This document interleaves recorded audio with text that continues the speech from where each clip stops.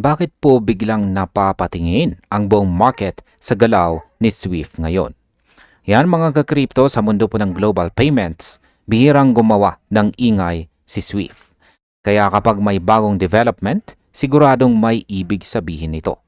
Kamakailan ay lumabas po ang balita na si SWIFT ay gumagawa ng kanyang sariling blockchain ledger project. At dito po nagsimulang magbantay ang crypto market. Bilang isang crypto enthusiast, masasabi ko na hindi po basta-basta papasok ang SWIFT sa ganitong technology kung hindi po ito seryoso. Kapag gumalaw po si SWIFT, gumagalaw ang trillions of dollars. At sa likod po ng katahimikan, may isang pangalan na paulit-ulit na binabanggit sa usapan. At ito ay si XRP. Para po sa atin bilang mga traders, investors at saka hodlers, mahalagang maintindihan po natin kung bakit ito posibleng maging game changer. Kaya yan po ang siyang ating pag-uusapan sa video na ito. At ayan, ano nga ba ang tunay na ibig sabihin ng blockchain ledger project ni SWIFT? Si SWIFT ay nag-uugnay ng mahigit 11,000 financial institutions sa buong mundo. At araw-araw ay humahawak po siya ng napakalalaking halaga ng transactions. Ang paggawa po niya ng sariling blockchain ledger ay malinaw na sinyales ng modernization. Hindi binanggit ng mga ulat kung sino po ang technology partner at ang kawalan ng detalye na ito ang lalo pang nagpasiklab ng speculation.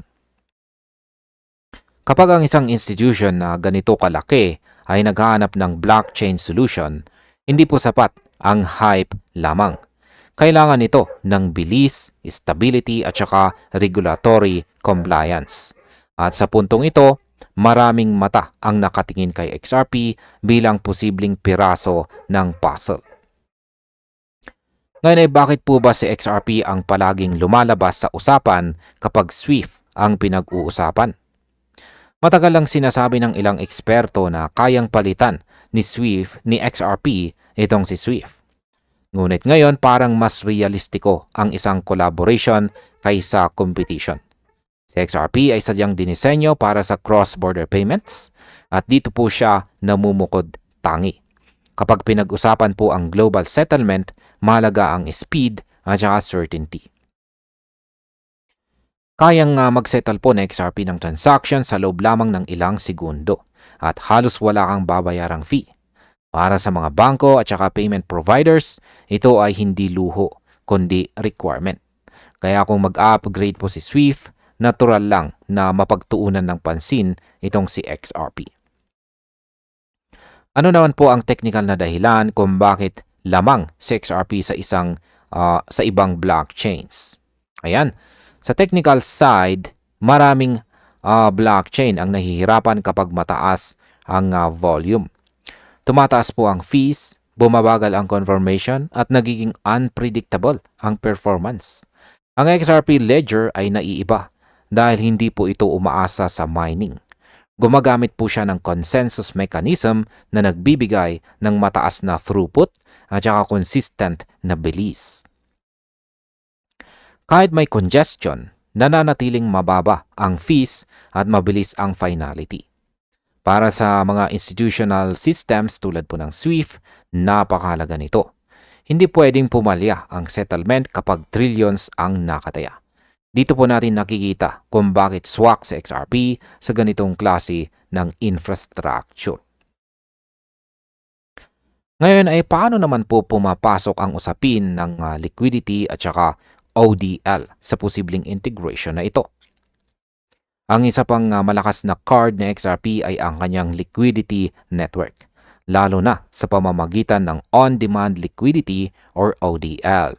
Ginagamit na ito ng ilang financial institutions para maiwasan ang pre-funded accounts. Sa halip na magtali ng kapital sa iba't ibang bansa, nagiging mas efficient ang galaw ng pera. Ito po mismo ang long-term goal ni SWIFT.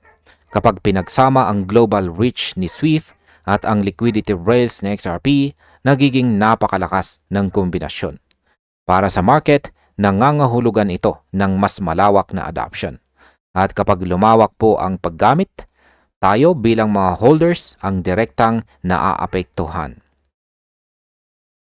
Ngayon ay ano naman po ang papel ni Ripple sa posibleng direksyong ito ng SWIFT? Si Ripple ay matagal nang nakikipagtrabaho sa mga bangko, regulators at saka payment firms. Hindi po retail ang pangunahing target niya, kundi institutional integration. Ang infrastructure ni Ripple ay idinisenyo para makisama sa existing financial systems, hindi para sirain ang mga ito. Kapag ang SWIFT ay naghahanap po ng blockchain ledger na kayang umayon sa kasalukuyang setup ng mga bangko, pasok na pasok dito sa XRP. Mahalagang tandaan na ang XRP ledger ay independent sa Ripple. Ito po ay nagbibigay ng flexibility at confidence sa malalaking institutions. Para sa market, ito po ay tahimik pero napakalakas na signal. Ngayon ay ano po ba ang market impact kung sakaling matuloy ang integration ng SWIFT at XRP? Kung sakaling magkaroon ng opisyal na integration, hindi ito simpleng balita lamang. Ito ay structural change sa global payments.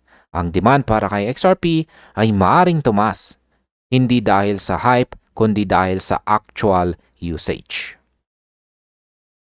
Kapag pumasok po ang institutional volume, nag-iiba ang dynamics ng supply at saka demand. Para sa mga traders, maaring tumas ang volatility. Para po sa mga investors at hodlers, mas lumalakas ang long-term thesis. Hindi ito overnight effect, kundi gradual accumulation at adoption. At dito, kadalasan nagsisimula ang malalaking galaw sa presyo. At bilang panghuli ay ano naman po ang aking masasabi tungkol dito. Sa ngayon ay wala pang opisyal na kumpirmasyon mula po kay SWIFT at malagang tandaan po ito. Ngunit bilang isang crypto enthusiast, tinitignan ko po ang requirements, hindi lang ang headlines. Kapag pinag-aralan mo ang bilis, gastos at saka liquidity needs ng SWIFT, malinaw kung bakit si XRP ang laging lumulutang sa usapan. Hindi po ito emosyonal na prediction, kundi logical na pagsusuri or analysis. Kaya para po sa atin dito sa crypto market, ang pinakamahalaga ay ang pagiging handa. Ang ganitong development ay hindi po madalas mangyari. Kapag gumalaw ang institution, kadalasan ay sumusunod ang presyo. At dito sinusubok ang tunay na conviction ng mga holders. At hanggang dito na lamang po tayo sa video na ito mga ka-crypto. Maraming salamat sa panonood.